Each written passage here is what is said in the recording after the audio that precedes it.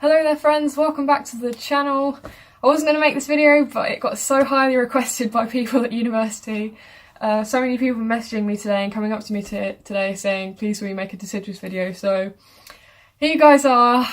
You can't say I didn't come through. We'll just be going through those very quickly because the exam is tomorrow morning and I haven't got a lot of time to upload this. It's currently 9:25, so that's great. Everything about the deciduous teeth I have gone over today and learned a lot today because we went to the Gordon's Museum and I found out I really didn't know as much as I should know, but hopefully that's all been corrected now and I've made my posters as I always do for you guys, and I'll make sure I refer to these during the video and put it on screen and all that sort of thing. Thank you so much for supporting this channel. Please make sure you leave a like and subscribe because it helps me out, lets me know that this is of use to people. Yeah, alright, enough rambling, so let's get straight on into this. Okay, so the deciduous teeth, there's 5 of these babies in each quadrant, the A, B, C, D and E for central incisor, lateral incisor, canine, first molar, second molar.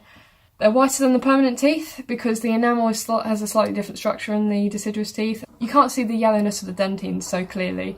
The crowns and the roots don't flow in together, so there's quite a distinctive joint between where the crown meets the root. The teeth are more bulbous, and before being worn down, the tips of the cusps are much sharper than adult teeth. So that can actually make children look a little bit devilish when those sharp incisors and molars start to come through. But they very quickly get worn down because the structure is more sensitive to erosion.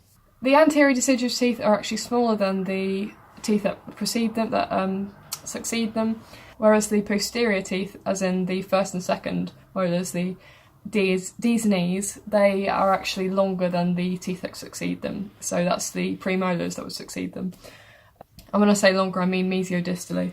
The roots are very long, you guys definitely already know this, widespread and slender, so do watch out for that. The permanent teeth generally have quite thick roots and they're kind of more together, whereas in the deciduous they're more apart. The roots can resorb themselves, so we may see some teeth tomorrow with resorbed roots or roots that have been snapped off, like there's been a fracture, or they could still be growing. Right, so moving on to how these teeth are different individually to their permanent counterparts. Central incisors are smaller and rounded, however they still have the 90-degree corner on the mesial side, but otherwise for both the uppers and the lowers they have the same characteristics of the permanent teeth. So the cingulum, the scoop area, etc. And the same kind of goes for the lateral. They're a replica of the permanent, just a bit smaller and more rounded, more bulbous, that sort of thing. Moving on to the canines, so the uppers have a longer mesial cusp slope than the distal cusp slope.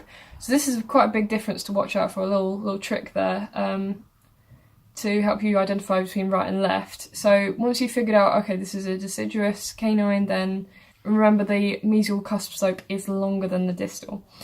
They're more bulbous and same as the permanent in all other respects. Right, as for the lower canines, so it's back to normal for these. They have a longer side distally and the same as the permanent canines in all other respects. Okay, so last little bit on the first deciduous molars. So these have a new occlusal design. So one way you can identify these is, this is given that you know all of the other occlusal shapes and you're familiar with them and all that sort of thing. So you see these teeth, the upper and the lower first deciduous molars, and they look completely different to anything you've ever seen before. So you think, don't recognise it, must be a first deciduous molar. Now, whether it's upper or lower, well, the uppers have 3 roots, whereas the lowers have 2. That's one way you can look at it. And then for left and right, this is where you look for the tubercle of XOXO, I think that's how you say it, or XOXO. The tubercle, right, which is on the mesial buccal side of the first deciduous molars. So both upper and lower have this. Upper molar, we've got sort of 2 cusps or sort of ridge areas, it's a little bit messed up, and then a fossa that divides the 2. Yeah, 3 roots, said that, and then the large swelling on the mesial buccal aspects. So here's a few diagrams for you guys to look at. And then on the right here I've shown you guys where you'll find the roots. So the 2 roots are on the buccal side, if that helps you identify between buccal and palatal, and then you've got a single palatal root under the palatal sort of ridge area, cusp area, whatever that is. One other thing you can look for if you want to remember this is that the buccal side of the tooth is wider than the palatal side.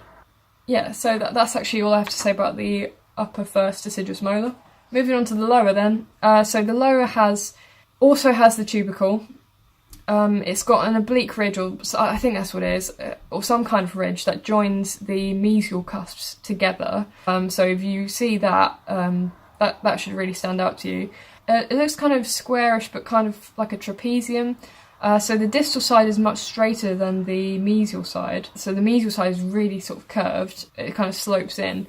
And obviously this is a lower tooth, so the buccal side is really going to curve, and it will be longer than the lingual. So it's the same as the upper in that respect, that the buccal length is longer than the lingual length / width. One other thing I forgot to mention, so you've got this ridge that joins the two mesial cusps, and either side of that creates two fossae, a mesial fossa and a distal fossa. The deciduous second molar, lower, so moving on the deciduous arch here. I will come back to the uppers in a second, but let me just finish off the lowers.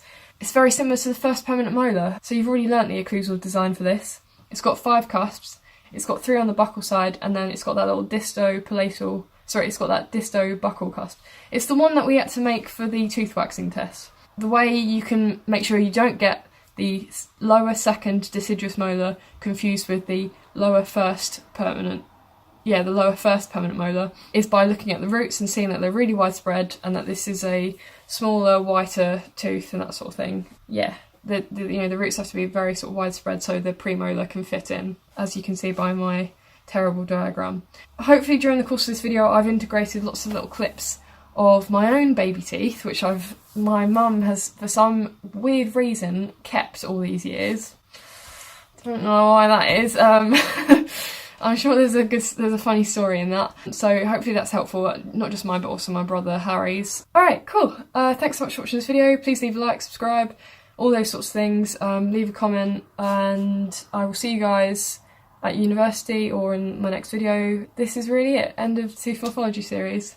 It's been a heck of a journey, guys, but I've really enjoyed it, and hopefully you guys have too. If you have, leave a like, subscribe, and best of luck to everybody tomorrow. I hope we smash our results this year and beat the year above, breaking a new record of being the best BDS1 ever.